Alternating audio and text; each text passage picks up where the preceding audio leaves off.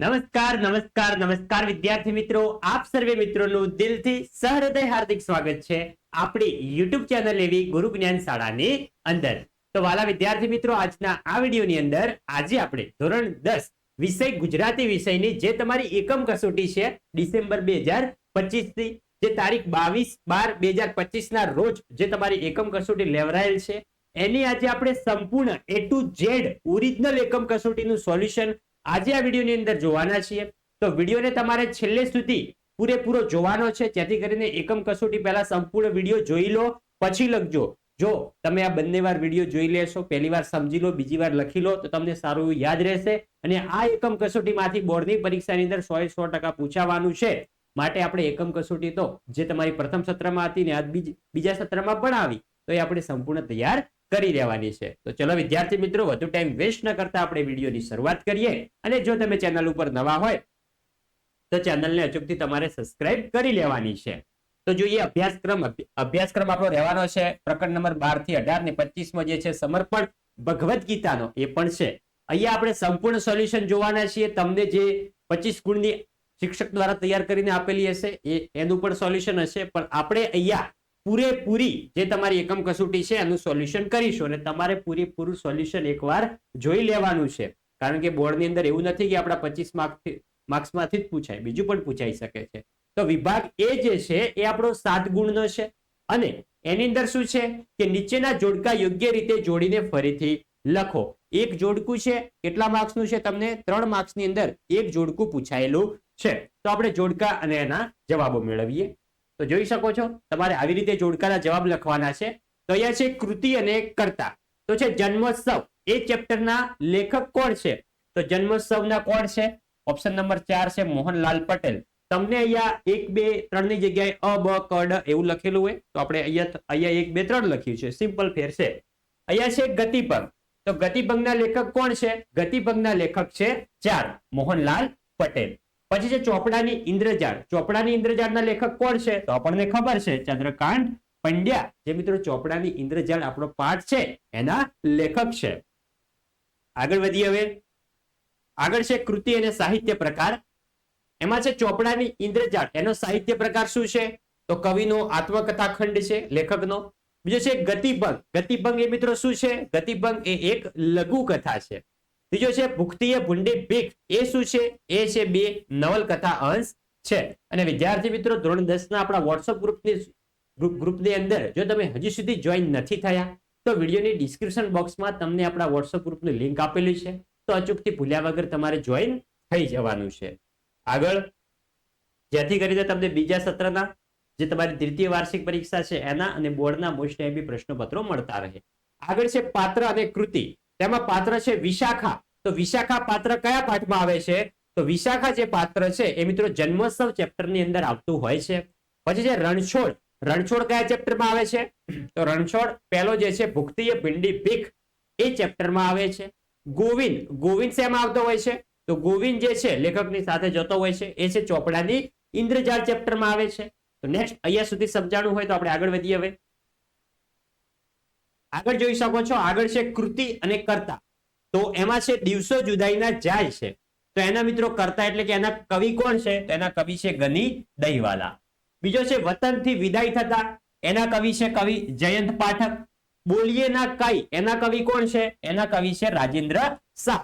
અને વિદ્યાર્થી મિત્રો, બીજા વિષયની પણ તમારી એકમ કસોટીઓ છે, ગણિત, વિજ્ઞાન, સામાજિક વિજ્ઞાન, એની પણ કસોટીઓ તમને અમારી ચેનલ ઉપર જોવા મળી જશે.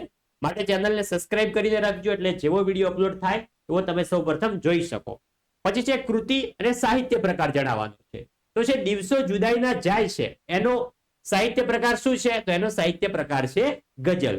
વતનથી વિદાય થતા, એ મિત્રો શું છે? વતનથી વિદાય થતા એ આપણું એક સોનેટ છે.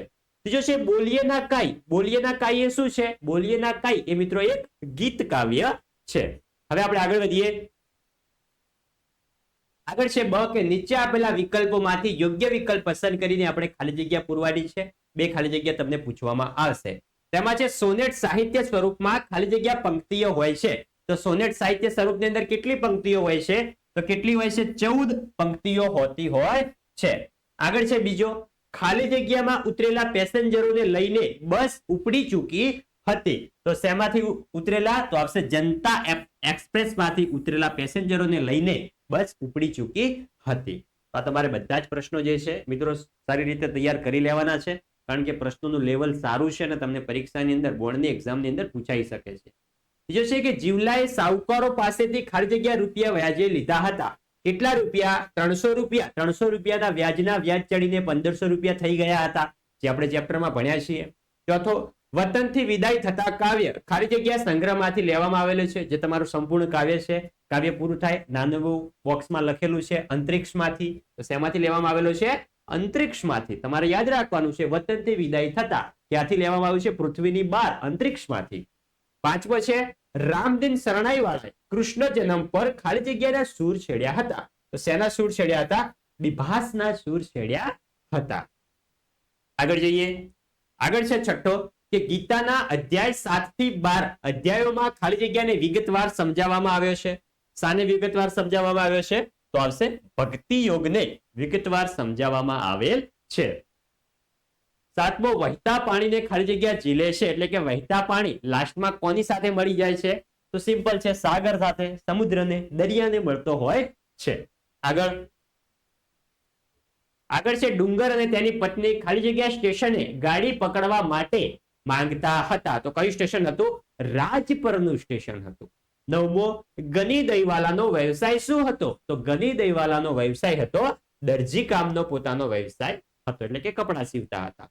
10મો છે ધરતી પર ખાલી જગ્યા વરસાદ વરસી રહ્યો હતો. તો ધરતી પર મોતનો વરસાદ વરસી રહ્યો હતો. આગળ જઈએ. અને વિદ્યાર્થી મિત્રો, વિડીયો સારો લાગે વિડીયોને અચૂકથી લાઈક કરવાની છે અને તમારા બીજા મિત્રો સુધી પણ આ વિડીયોને અચૂકથી શેર કરજો, જેથી કરીને તેમને પણ સાચું અને સચોટ સોલ્યુશન મળી શકે અને આગળ આવનારી પરીક્ષાઓની તૈયારી પણ અમારી સાથે કરી શકે. અમે તમને મોસ્ટ આઈએમપી પ્રશ્નપત્રો, મોસ્ટ આઈએમપી પ્રશ્નો બધું જ આપીશું, જેથી કરીને તમારી બીજી પરીક્ષા અને બોર્ડની પરીક્ષાની તૈયારી એકદમ સરળ બની જશે. છે નીચે આપેલા પ્રશ્નના ઉત્તર એક વાક્યમાં લખો. પહેલો છે કે ચોપડાની ઇન્દ્રજાળ કૃતિમાં લેખકે બાળપણમાં જોયેલી કઈ બાબતને રજૂ કરી છે? તો ચોપડાની ઇન્દ્રજાળ કૃતિમાં લેખકે બાળપણમાં જોયેલી વ્યાજખોરી અને ગરીબીની બાબતને રજૂ કરી છે. બીજો છે ઉજ્જડ જમીનમાં જે ધાન પાકતું તેમાં કોનો ભાગ અથવા હિસ્સો રહેતો હતો? તો ઉજ્જડ જમીનમાં જે ધાન પાકતું એમાં રાજા, અમલદાર, થગડુ, તલાટી, ભુવો અને શાહુકારોનો ભાગ રહેતો હતો. આગળ છે ત્રીજો કે વતનથી વિદાય થતા કવિ સેનાથી દૂર થઈ રહ્યા છે? તો વતનથી વિદાય થતા કવિ ઘર, સ્નેહીજનો, ડુંગર, નદી, કોતર, ખેતર વગેરેથી દૂર થઈ રહ્યા છે. ચોથો છે કે જન્મોત્સવ કૃતિમાં લેખકે કઈ પરિસ્થિતિનું આલેખન કર્યું છે? તો જન્મોત્સવ કૃતિમાં લેખકે એક જ બિંદુ પર બે પરિસ્થિતિનું સમાંતર આલેખન કર્યું છે.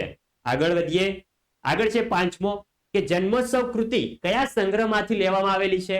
તો જન્મોત્સવ નવલિકા સુરેશ જોશીના ગૃહ પ્રવેશ વાર્તા સંગ્રહમાંથી લેવામાં આવેલ છે. જોઈ શકો છો અહીંયા ચેપ્ટરનું નામ પણ આવી ગયું, એનો સાહિત્ય પ્રકાર પણ આવી ગયો અને લેખક પણ આવી ગયા. જો તમને 3 આવડતું હોય તો તમારે લખી લેવાનું છે, જેથી કરીને જે પેપર ચેકર હશે એના મનમાં જો વાંચશે તો યાદ રહી જશે કે આ વિદ્યાર્થી સારો છે અને હોશિયાર છે, તો તમને સારા માર્ક્સ આવશે. છઠ્ઠો છે સુની, સીમ અને કુવાના દ્રષ્ટાંતો દ્વારા કવિ શું સૂચવે છે આપણને? તો સુની, સીમ અને કુવાના દ્રષ્ટાંતો દ્વારા કવિ સૂચવે છે કે માણસે પિતાની નહીં, અહીંયા થોડીક જોડણી મિસ્ટેક છે, શું આવશે? પોતાની. કે માણસ પોતાની વ્યથા પોતે જ સહન કરવાની છે. સાતમો છે ગતિભંગ કૃતિમાં ગતિનો ભંગ ક્યાં થતો દેખાય છે? તો ગતિભંગ કૃતિમાં ગતિનો ભંગ ચાલવાની ગતિની સાથે સાથે જે આપણા સાથે પાત્રોના વિચારોની ગતિનો પણ ભંગ થતો જણાય છે, જે આપણો રાઈટ આન્સર રહેશે. આગળ જઈએ.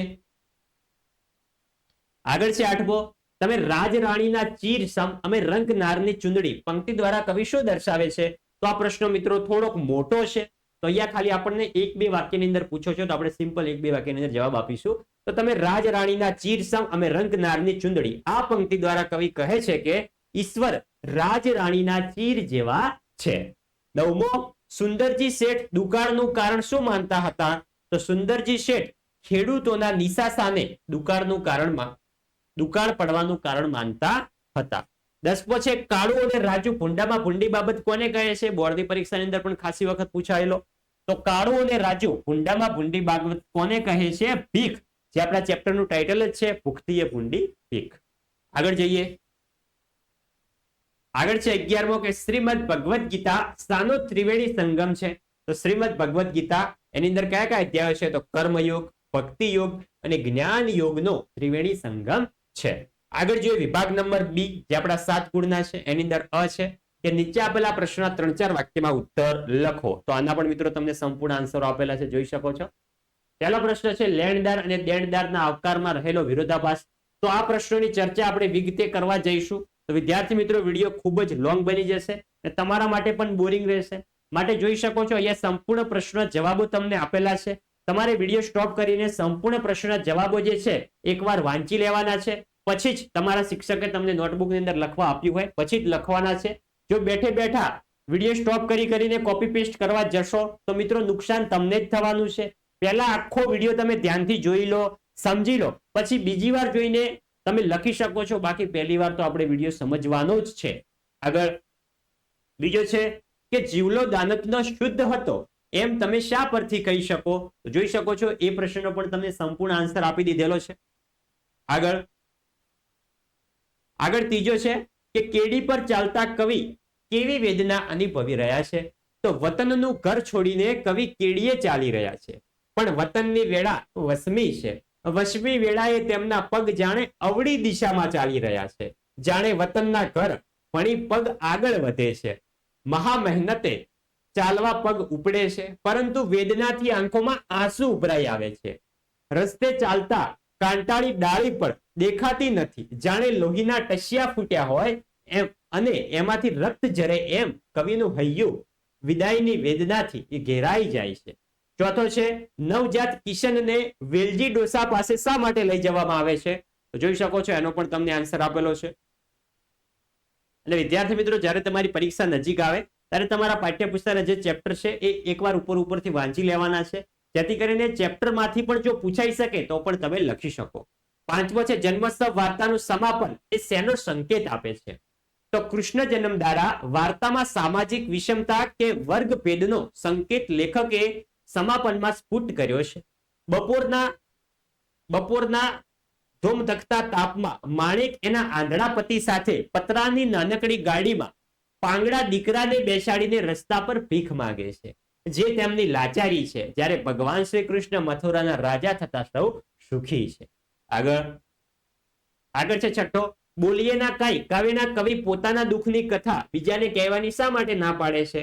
તેનો પણ તમને સંપૂર્ણ આન્સર આપેલો છે, જોઈ શકો છો, જે તમે વિડીયો સ્ટોપ કરી વાંચી લેવાનો છે. આગળ વધીએ. આગળ છે 7મો લ્યો હેડો પગ ઉપાડો જટ ગાડી ચૂકી જઈશું તેમ ડુંગરની પત્ની મિત્રો શા માટે કહેતી હોય છે? એના પાછળનું કહેવાનું કારણ શું છે? એનું તાત્પર્ય શું છે? એની અંદર આ જવાબ આપેલો છે, જોઈ શકો છો તમે. આગળ જઈએ હવે. આગળ છે 8મો કે દિવસો જુદાઈના જાય છે કાવ્યમાં કાવ્યનાયક કઈ અરજ કરે છે? તો કવિ અરજ કરતા કહે છે કે તમે રાંકના રતન જેવા છો, એટલે એ રાંકના દર્દના આંસુ વ્યર્થ ના જાય એ જોવાનું કામ તમારું છે. અમારી આ અરજી તમને માન્ય હોય તો હૃદયથી તેના આંસુ લૂછવા રાંગના નયન સુધી જાઓ તમે. 9મો છે બાવાના બે બગડ્યા એમ કાળુ શા માટે કહે છે? અને આ પ્રશ્ન પણ મિત્રો બોર્ડની પરીક્ષાના અને બીજી પરીક્ષામાં ખાસી વખત પૂછાણો છે, માટે આ પ્રશ્ન પણ આપણે સારી રીતે તૈયાર કરી લેવાનો છે. એકદમ સિમ્પલ છે ગુજરાતીની અંદર. તો 10મો છે અભ્યાસનું શું મહત્વ છે? ઉદાહરણ આપી સમજાવવાનો છે, જે આપણું 25મો ચેપ્ટર છે શ્રીમદ ભગવદ ગીતાનું સમર્પણ, એમાંથી લેવામાં આવેલો છે, જોઈ શકો છો. એકમ કસોટીની અંદર 25-26 ચેપ્ટરનો પણ પ્રશ્નોના સમાવેશ છે, માટે તમને બોર્ડની પરીક્ષાની અંદર પણ પૂછાવાની શક્યતા મિત્રો છે, માટે આપણે એકવાર ખાલી વાંચી લેવાના છે. આગળ બ છે કે નીચે આપેલા પ્રશ્નના 10-12 વાક્યમાં ઉત્તર લખો. મોટા પ્રશ્ન છે 3 ગુણના, તમારે કોઈ પણ એક પ્રશ્ન લખવાનો હતો. અહીંયા બધા જ પ્રશ્નોનું 5 પ્રશ્નોનું સોલ્યુશન છે. પહેલો જન્મોત્સવ કૃતિમાં રજૂ થયેલો વિરોધાભાસ સ્પષ્ટ કરવાનો છે. તો જોઈ શકો છો એનો આન્સર તમને સંપૂર્ણ આપી દીધેલો છે, જે તમે વિડીયો સ્ટોપ કરીને મિત્રો લખી લેવાનો છે. તમારે એકવાર વાંચીને જ લખવાનું છે, બેઠે બેઠું કોપી પેસ્ટ મારવાનું નથી. બીજો છે કે ચોપડાની ઇન્દ્રજાળ એટલે શું? એ જાળ કોણે તોડી અને શા માટે તોડી? તો જોઈ શકો છો ચોપડાની ઇન્દ્રજાળ એટલે સાવકારોના ખોટા હિસાબ, વ્યાજ પર વ્યાજ અને ચાલાકી ભર્યા લેખાજોખા. ચાલાકી ભર્યા લેખાજોખા છે. પછી જોઈ શકો છો જેના કારણે ખેડૂત કદી પણ દેવામાંથી મુક્ત ન થઈ શકે. આ ઇન્દ્રજાળ એવી હતી કે મૂળ કરતા અનેક ગણું દેવું બતાવવામાં આવતું. જીવલા જેવા પ્રામાણિક અને અજ્ઞાન ખેડૂતોને આ ચોપડાની માયાજાળમાં ફસાવી શોષણ કરવામાં આવતું. આ ઇન્દ્રજાળ વાર્તાના વર્ણનકાર એટલે કે લેખકે એ તોડી નાખ્યો હતો. વિદ્યાર્થી મિત્રો, આ જે પ્રશ્ન છે એનો જવાબ તમને ક્યાંય નહીં મળે. જોઈ શકો છો આ પ્રશ્નનો જવાબ તમને સંપૂર્ણ આપેલો છે અહીંયા. આગળ વધીએ. ત્રીજો છે કે વતનથી વિદાય થતા કાવ્યમાં કવિનો વતન પ્રત્યેનો તલસાહટ અહીંયા વર્ણવાનો છે. જોઈ શકો છો એનો પણ સંપૂર્ણ આન્સર તમને આપેલો છે. અને વિદ્યાર્થી મિત્રો, મોટા પ્રશ્નની અંદર હું તમને એક ટ્રીક આપી દઉં કે મોટા પ્રશ્નનો જવાબ જે તમને યાદ હોય એટલો તમે પ્રશ્નનો જવાબ લખી શકો છો. બાકી જો તમને એ પ્રશ્નનો જવાબ યાદ ના આવે તો એ જે ચેપ્ટર અથવા જે કવિતામાંથી પૂછાણો હોય એ કવિતા અથવા એ ચેપ્ટરનું શિક્ષકે તમને જ્યારે જે કઈ ચેપ્ટર ભણાવ્યું હોય ત્યારે તમને જે કંઈ પણ યાદ હોય એ ચેપ્ટર અથવા કાવ્ય વિશે તો એ તમે લખશો તો તમારા માર્ક્સ ભલે ઓછા આવશે પણ બિલકુલ ખોટો પ્રશ્ન તો તમારો નહીં જ પડે. જોઈ શકો છો એનો પણ આપેલો છે. દિવસો જુદાઈના જાય છે ગઝલની ગનીની મનસ્થિતિ તમારા શબ્દની અંદર વર્ણવાની છે. અહીંયા સિમ્પલ કહેલું જ છે કે તમારા શબ્દમાં વર્ણવો. એટલે આપણે કોઈ પણ પુસ્તકનું એવું નથી કે બેઠે બેઠો આ છે તો આપણે બેઠે બેઠો તૈયાર કરીએ. તમારે તમારી રીતે તમને જે કંઈ પણ યાદ હોય એ લખવાનું છે. પાંચમો છે ખુમારી અને સ્વમાનનો પ્રેરાય એટલે કાળો. આ વિધાનને આધારે કાળુનું પાત્ર લેખન કરો. આ મિત્રો બધું વગર કામનું છે. ખાલી આપણે અહીંયા આટલું ધ્યાન રાખવાનું કે કાળોનું ચરિત્ર ચિત્રણ કરો. એકદમ સિમ્પલ. તો જોઈ શકો છો કાળોનું સંપૂર્ણ ચરિત્ર ચિત્રણ અહીંયા આપેલું છે. સંપૂર્ણ પ્રશ્નનો જવાબ તમને આપેલો છે જે તમે વિડીયો સ્ટોપ કરીને મિત્રો એકવાર વાંચીને પછી લખવાનો છે. છઠ્ઠો છે કે ભક્તિ યુગનું આજના સંદર્ભમાં મહત્વ સમજાવવાનું છે. ભક્તિ યુગનું તો આ પણ 25મા ચેપ્ટરમાંથી લેવામાં આવેલો છે. જોઈ શકો છો સંપૂર્ણ આન્સર તમને આપી દીધેલ છે. સંપૂર્ણ આન્સર અહીંયા આપેલ છે જે તમે વિડીયો સ્ટોપ કરીને મિત્રો એકવાર વાંચીને પછી લખવાનો છે. આગળ આવે છે આપણો વ્યાકરણ વિભાગ. તો વ્યાકરણ વિભાગની અંદર છે વિધવા શબ્દ. સૌપ્રથમ તો છે સમાસ 7 ગુણની અંદર છે વિધવા. વિધવા એ આપણો કયો સમાસ થશે? બહુવિરી સમાસ. ને અહીંયા સમાસનો વિગ્રહ પણ તમને આપી દીધેલો છે. તો જેનો પ્રતિ મૃત્યુ પામ્યો છે તેવી સ્ત્રી એટલે વિધવા થાય. એનો સમાસ થઈ જાય બહુવિરી. શાકભાજી તો દ્વંદ સમાસ છે. શાક અને ભાજી વચ્ચે કયો શબ્દ આવ્યો? અને. નવજાત તો આ મિત્રો કયો છે? આ છે ઉપપદ સમાસ. અહીંયા છે નવું જન્મેલું. અશ્રુ ઘર તો આ કયો છે? અશ્રુ સારવાનું ઘર. તો અહીંયા કયો આવશે? મધ્યમ પદલોપી સમાસ. મેઘરાજ તો થશે મેઘરૂપી રાજા. તો અહીંયા રૂપી શબ્દ આવ્યો તો કયો સમાસ થઈ ગયા? આપણો કર્મધારય સમાસ થઈ જશે. આગળ બીજા એક્ઝામ્પલ જોઈએ. સમાસની અંદર આટલા જ હતા. આગળ જઈએ. સૂચના મુજબ વાક્ય પ્રયોગ આપણે કરવાનો છે. જોઈ શકો છો તમને સંપૂર્ણ આન્સરો આપી દીધેલા છે.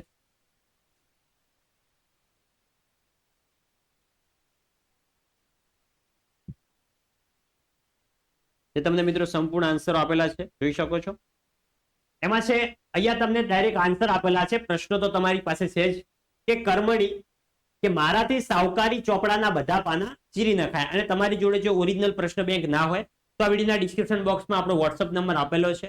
તમે એ મેસેજ એ નંબર ઉપર હાઈ કરશો એટલે અમે તમને પ્રશ્ન બેંક મોકલી આપીશું. બીજો છે કે પ્રેરક તો આવશે માએ મોટી દીકરી પાસે ચોખા દળાવ્યા. ત્રીજો છે કર્મણી વાક્ય બનાવવાનું. તો નાગ દ્વારા કૃષ્ણ ભગવાને માથે છાયા કરાઈ. પ્રેરક તો વસુદેવજી ભગવાન શ્રી કૃષ્ણને ગોકુળ પહોંચાડે છે અથવા તો પહોંચાડ્યા એવું પણ આવે. ભાવે તો રાજુથી ગગરાતું હતું. કર્તરી છે તો જશોદા મૈયાએ કૃષ્ણ કુંવરને શણગાર્યા. પછી ભાવે વાક્ય તો રેશમાથી હસી પડાયું. અને પ્રેરક વાક્ય તો શિક્ષકે મનાલી પાસે નિબંધ લખાવ્યો. એવું તમે લખી શકો છો. આગળ જોઈ શકો છો કર્તરી તો બાબુભાઈ વ્યાકરણ શીખવાડે છે. 10મો છે કર્મણી તો માધવથી આબેહૂબ ચિત્ર દોરાયું. હવે છે જોડણી ભેદ થતા અર્થભેદ. કયા છે? વૃંદ. વૃંદ તો શું થઈ જાય? સમૂહ. અને બીજું વૃંદા તો શું થશે? તુલસી. તમને સાઈડમાં 3 ઓપ્શન પણ આપેલા છે. એ 3 ઓપ્શન માંથી સાચો જવાબ શોધીને લખવાનો છે.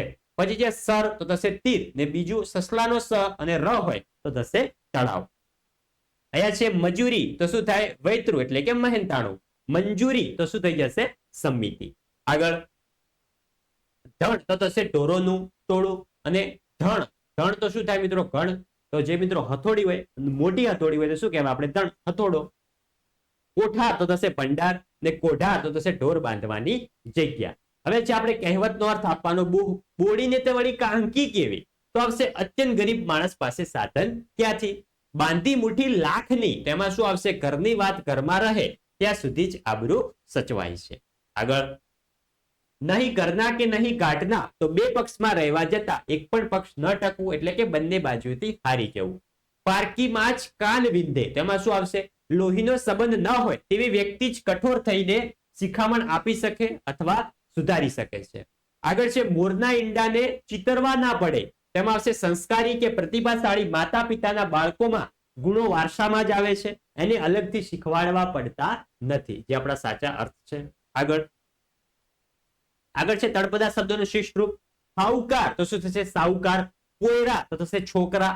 પાય તો થશે પગ.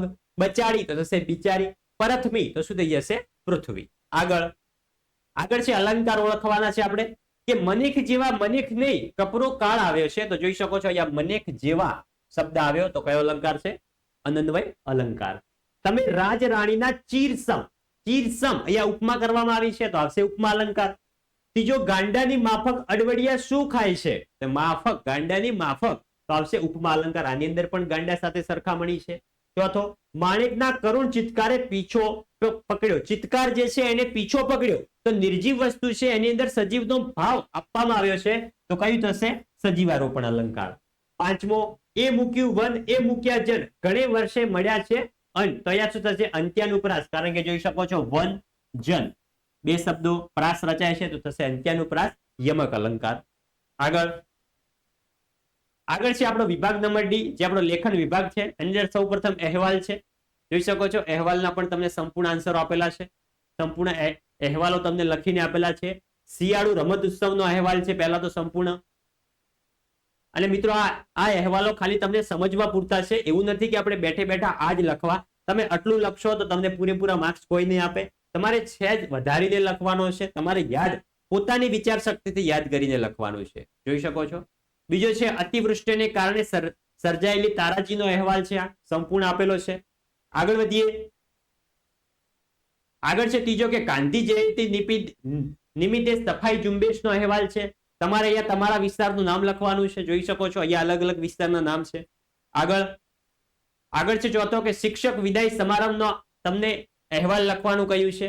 અહીંયા ખાલી સમજવા પૂરતો છે. આગળ છે એક પેડ માં કે નામ અંતર્ગત વૃક્ષારોપણ દિન, જે મિત્રો એક પેડ માં કે નામ હમણાં જ કાર્યક્રમ ગયો છે આપણા ચોમાસાની અંદર, તો જોઈ શકો છો એનો પણ છે અહેવાલ. આગળ છે નિબંધ લેખન છે, તો નિબંધ લેખન પણ તમને અહીંયા થોડો આપેલો છે, ખાલી સમજવા પૂરતા આપેલો છે, જે તમારે ખાલી સમજવાનો છે, બેઠે બેઠો કોપી પેસ્ટ નથી કરવાનો. આ જોઈને તમે બીજો તમારાથી વધારીને નિબંધ લખવાનો છે. આ ખાલી થોડો જ લખેલો છે.